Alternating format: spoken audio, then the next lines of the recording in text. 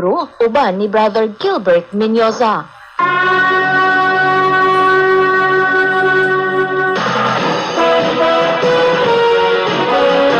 Kini ang 819 DXUM News and Public Affairs. Nagsimya gikan sa dakbayan sa Davao. 819 DXUM. Katong oras alas 12:30.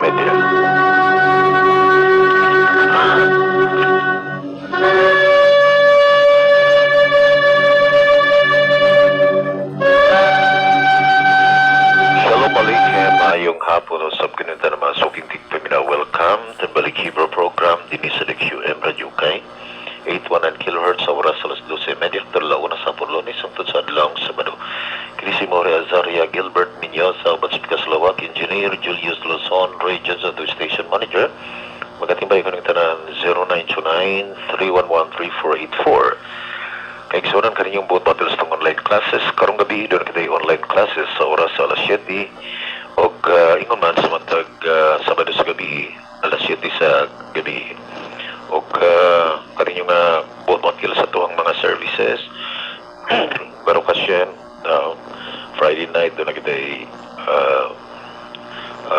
Friday night Biraka, and then Saturday 8 to 9 ang ato ang Torah class, and then 9 to 11 ang ato ang services, and 11 to 12 mo ang Tihilen Birakut for the women, Tihilen recitation for the women. Okay, kada Domingo doon kita activity, doon kita gathering diyan sa may Tagum City, sa may Estabilio Village sa La Filipina, sa oras alas 9 hangtod sa alas 12. Daghang salamat. Karong maabot nga September 22, Lunes sa gabi, doon kita Rosh Hashanah celebration. Rosh Hashanah celebration mao ang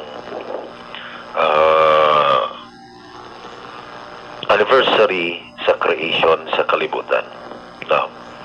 And doon na kita gathering ni Ana, o ingon man 4 days before, doon na kita mga recitations sa asking for forgiveness tungkol kay ang Rosh Hashanah or New Year for based on the age of Adam, New Year for the world, kini siya mausab ang judgment for the whole world. As mentioned in the book of Psalms 81 verse 4, na blow the shofar in the Rosh Kodesh, for this is the ordinance of the Elohim of Jacob and the judgment day of the Elohim of Israel. So this is the judgment day. Okay, and then doon na kita silikot recitation na 4 days before. Now as we prepare for the Rosh Hashanah celebration, kaninyo nga mga nagapatalinghog, maginat ako nga ang kinabuhi nga gikan sa Torah mag-abot kaninyo, o kaninyo nga mga lonely, mga tao nga anaa sa kaguol and also downhearted and depressed. May Hashem raise you up and strengthen you, and may you go from strength to strength every day, and may Biraka and Hatzlicha, blessing and success be upon you. Those who are sick, may Hashem bring forth healing to you as you listen to the words of His Torah. Gitimbayan nato tanan ng mga listeners. Okay, mga kigsunan, atong ikaisgutan sa mga mga sibya ang 5 levels of the soul. Makita nga 5 levels. Makita nato ang 3 isugutan sa Genesis 2 verse 7. In English we can find Hashem Elohim formed Adam from the dust, breathed into his nostrils the breath of life, and Adam became a living soul. In Hebrew it says, Vayetzer Hashem Elohim et Adam, afar min ha'adama, vayivach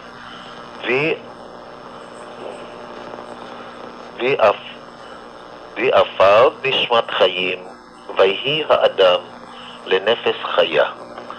So we can find 3 levels of the soul here. Nishama, then we'll find chaya, and we find nefesh. And then in Ecclesiastes 12 verse 7, we can find the ruach, that is the spirit of a man. It is a part of the soul. It is one of the levels of the soul. And then we can find also in the book of Psalms 22 verse 21. Sa Psalms 22 verse 21, makita nato ang the highest level of the soul nga maong gitawag o yakida. No, yakida. Okay? Kaya kung basahon nato sa English, you can find my life, my life. Mentioned twice. Save my life from the sword, my precious life from the clutches of a dog. In Hebrew it says, Hatsela mikirib nafshi miyad kilib yakidati. So you can find the word yakida. So the term yakida, it is the highest level of the soul.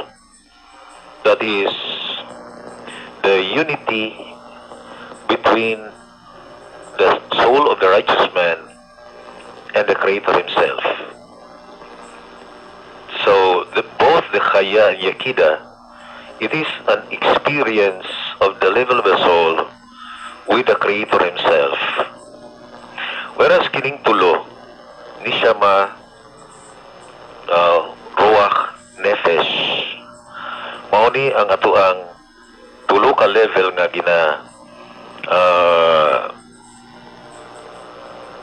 ginagamit sa atong expressions niining kinabuhi. Ang nefesh mao ang lowest level of the soul, and the nefesh is connected to the blood, sa dugo, og naa kini sa ato ang left ventricle of the heart. Tungod kay ang left ventricle of the heart mao ang naga-distribute og dugo ngadto sa brain og sa atong mga system. Ang nefesh gitawag siya og animalistic side of the soul. This is the animalistic side. Tungod kay ang hayop mismo doon na sila nefesh. Mao nga kung adunay argument or discussion may tungod sa mga hayop, naabay kalag ang hayop, naa siya, pero nefesh siya, dili siya ruach. Okay? O dili siya nishama. Nefesh because of the blood. And then ang ruach naa sa right ventricle of the heart, nga mao ang nagabuga og oxygen, hangin, wind. That's why it is ruach ngadto sa ato ang mga system. And kini usab mao ang ato ang mga ang vital organs sa atong sulod, just like kidney, liver, ato ang lungs. Kini siya mao ang connected the nishama, which is the highest level sa ato ang mga expressions, the nishama is translated as the breath of the Almighty, the breath of the Creator. Why? Because the nishama is a part of Him, kabahin niya, portion of Him. As we understand Genesis 2 verse 7, when Hashem created Adam, is quite different to how He created animals. Because the animals, when they were created, they only puff up from the ground. Let the earth bring forth animals. So kunya nagawas ang mga animals, murag gianak gikan sa yuta. Whereas when Adam was formed, ang tanan nga mga abuk, according to the Talmudic explanations, all of the dust from the four corners contributed for the creation of the body of man.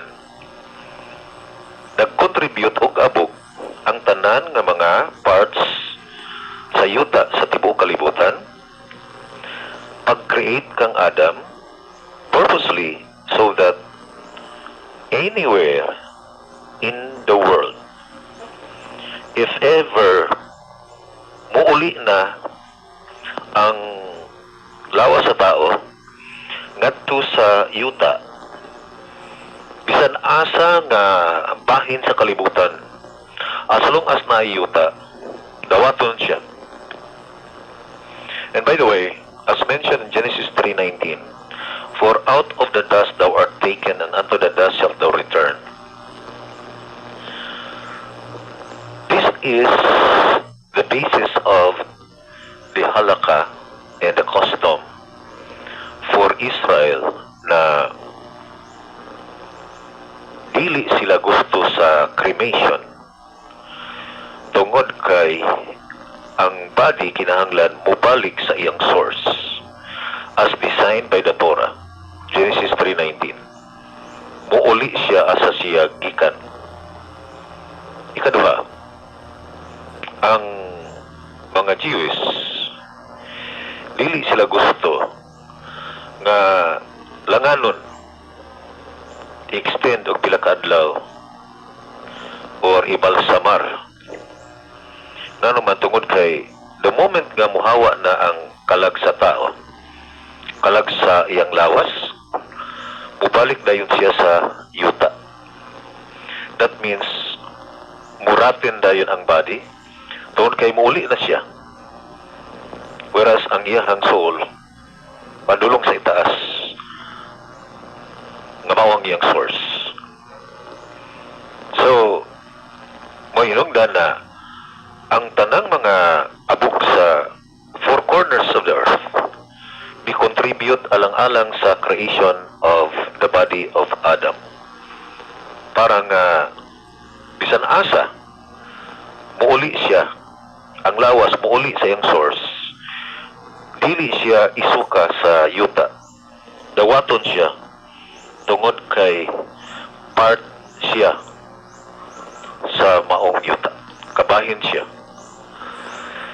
Okay, now let's talk about the higher source nga mao ang nishama. Ang nishama nga gikan siya sa itaas, gikan kay Hashem mismo, gikan siyang gininhawa. Makita nato na when Adam was formed, Hashem breathed him into his nostrils, and Adam became a living soul. Nahimo siyang kalag na buhi. That means ang nishama nga mao ang soul nga gikan sa itaas, mao kini ang nag-animate sa body. Animation means mao'y nagpalihok, na mao'y ginhawa or nagbuhi, I should say. Mao'y nagbuhi sa lawas. Kung wala ang nishama, patay ang lawas. Mao na nga kung ang nishama nga sa mga level of the soul nga gikan kay Hashem gitawag sa spark of the Creator Himself, kabahin sa Creator, o kini siya usa siya ka sacred part or gitawag og holy spark nga tungod di ana tunay bala ang bahin ang tao sa iyang sulod. O kini nga bala ang bahin mao ang nishama nga maupod ang nagtabuhi niya, mao ang nagpa-exist niya. O sa mga tao nga nahimugso, samtang ang babae magmabdos sa 40 days. Sa 40th day, ipadala ni Hashem ang nishama ngadto sa sabakan sa babae ug mahimo ng human being ang iyahang ibuntis ug ma-determine na ang iyang sex organ kung lalaki siya o babae siya. Tungod kay ang nishama kini gi-implant sa womb sa babae sa 40th day. Mailhan na ang bata kung lalaki siya o babae siya. Pero may makaigsunan, dili kita ang nagbuot na mahimo tang lalaki or babae. Siya ang nagbuot. O kung ihimo man niya nga lalaki or babae ang usa ka tao, because Hashem has a mission for him to accomplish. Gusto niya nga ang tao ma-accomplish yung mission. Nganong gihimo siyang lalaki o nganong gihimo siyang babae. It's not by our choices. Kumbaga, nahimugso ta nga lalaki or babae not because we want, but because it is He Himself who designed it for a reason, for a purpose. Remember, pag-create niya male and female, himo niyang sexual being ang tao. Tungod kay dunay katuyuan as mentioned in the book of Isaiah 45 verse 18. Hashem Elohim created the heavens and the earth not to be empty but to be inhabited. According to the sages, there are two things that we need to consider. Number one, He created man as sexual being, male and female, to reproduce their kind. And since ang tao, by way of origin, wala siya sala. Therefore, ang tuyo ni Hashem nga mudaghan ang mga tao nga mga matarong ug mo-occupy sa kayutaan. Kaya dili siya gusto nga mahimong awaaw, desert or empty ang kalibutan. Og tungod ana aron ang tao mahimong righteous, kinahanglan mas civilized. There must be a civilization for all humanity. And that's why He gave His Torah. Torah means teachings and instructions, guidance of heaven. Og si Moses, in blessed memory, was chosen to write the Torah. And the Torah is eternal. Ang Torah walay katapusan. In fact, bisan ang mga prophets na nag-prophesy according to the Torah, panahon sa Messianic era, muhunong ang ilang propesya. kutob lang sa Messianic era. I'll give an example.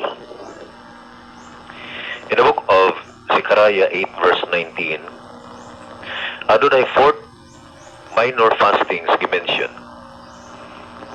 Fast of the fourth, that is the month of Tammuz, 17. Fast of the fifth, that is the month of Tisha B'Av. It's Anoy Bisaav.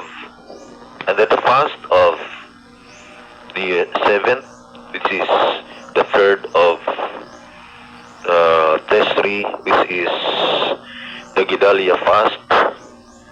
And then fast of the 10th, which is the 10th of Tevet fasting, shall turn into joy and gladness. That means, in the Messianic era, these four minor fastings shall turn into joy. That means, hindi na mag-fasting. No? Panahon sa Messianic era, kining mga schedule sa fasting, muunong na siya. Okay? And in the Messianic era and throughout eternity, the Torah shall be the eternal constitution, eternal system that will be expounded by the Messiah himself, who dwells in Jerusalem, as mentioned in Isaiah 2 verse 3. Come, let us go up unto the mountain of Hashem, and to the house of the Elohim of Jacob. And he will teach us his ways, and we shall walk in his path. Kemit Chiontit se Torah advar Hashem Yerushalayim. For out of Zion comes forth the Torah and the word of Hashem from Jerusalem. So we can find that the source of Torah, the source of the word, the source of teaching is Jerusalem. And in the Messianic era, the whole world shall be filled with the knowledge of the Torah. As mentioned in the book of Isaiah 11 verse 9, that the earth shall be filled with the knowledge of Hashem, just like the waters that cover the sea. And we can find also in the book of Habakkuk, Habakkuk 2:14, if I'm not mistaken, that the same prophecy, that the whole world be filled with the knowledge of the Creator himself. Therefore, mga kaigsunan, ang basic foundation sa teachings for humanity that will last forever is the Torah. The Torah itself. Because the Torah is the expression of the inner will and pleasure of the Creator. Therefore, the Torah and the Creator are one. Ang Torah o ang Creator usa lang. Na dili bulag. Tungod kay ang Torah mao ang iyang expression. Okay? O tungod na ang Torah means eternal. And if it is eternal, it will never grow old. Dili siya matigulang. Because it is eternal. It is like a diamond or gold nga bisan pa imong ituslob sa lapok. Hugasan nimo, kumbaga diamond ra gyapon siya. Wala maka patsa sa iyang pagka diamond and even gold. Ingon ana ang Torah. Tungod kay eternal siya. Dili siya mudaan. Dili siya matigulang. Okay? Now, ang atong nishama, mga kaigsunan, tungod kay gikan kay Hashem, it is infinite or unlimited. Doon ay debate sa Gemara discussing about how big is the nishama. Unsa daw kadako ang soul? And then one of the rabbis said, It is bigger than the whole world. Why? Because the neshama is infinite. Because it comes from the Creator who is infinite. And since the neshama is infinite, therefore, walay mga mundane things na sarang maka-occupy or satisfy sa neshama sa tao. Walay butang sa kalibutan na pwedeng mo puno na sa neshama, because the neshama is infinite. And because the neshama is infinite, it needs an infinite element or entity to fill in. And there is no other infinite entity that can fill the neshama apart from the Torah. Only the Torah can fill. Ang Torah lamang ang makapuno, maka-occupy sa neshama sa tao. Tungod kay ang Torah is eternal. It is the expression of the infinite Creator. The infinite Creator, Hashem Elohim, is infinite. Therefore, gitawag siya sa Hebrew, Ein Sof. Infinite, unending, unlimited.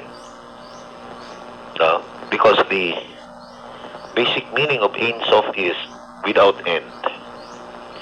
Iwan anak po ng neshama. Tungod kay gikan ta sa infinite one. And that's why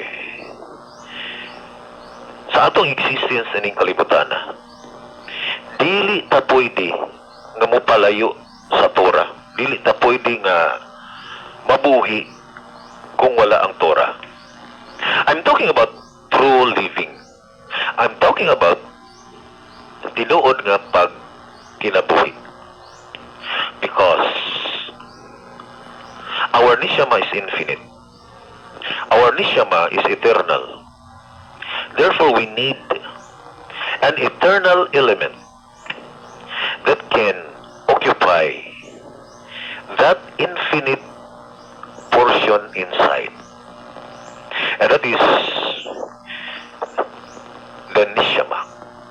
Mga kaigsunan, tungod diana, kaya atong neshama gikan kay Hashem. Iyan ang gipakulam sa ato. Iyang giloan o gipalon kita.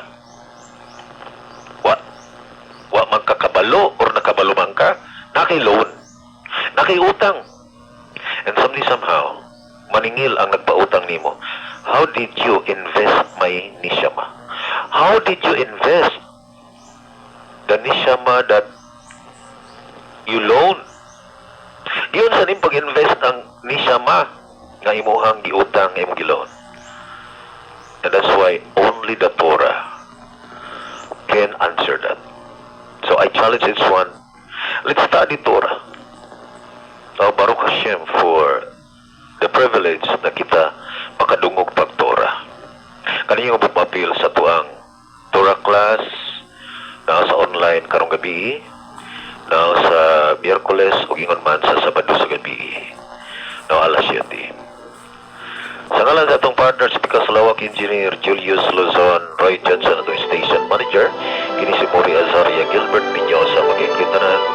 Shalom Aleichem. Filita. Paminawa ang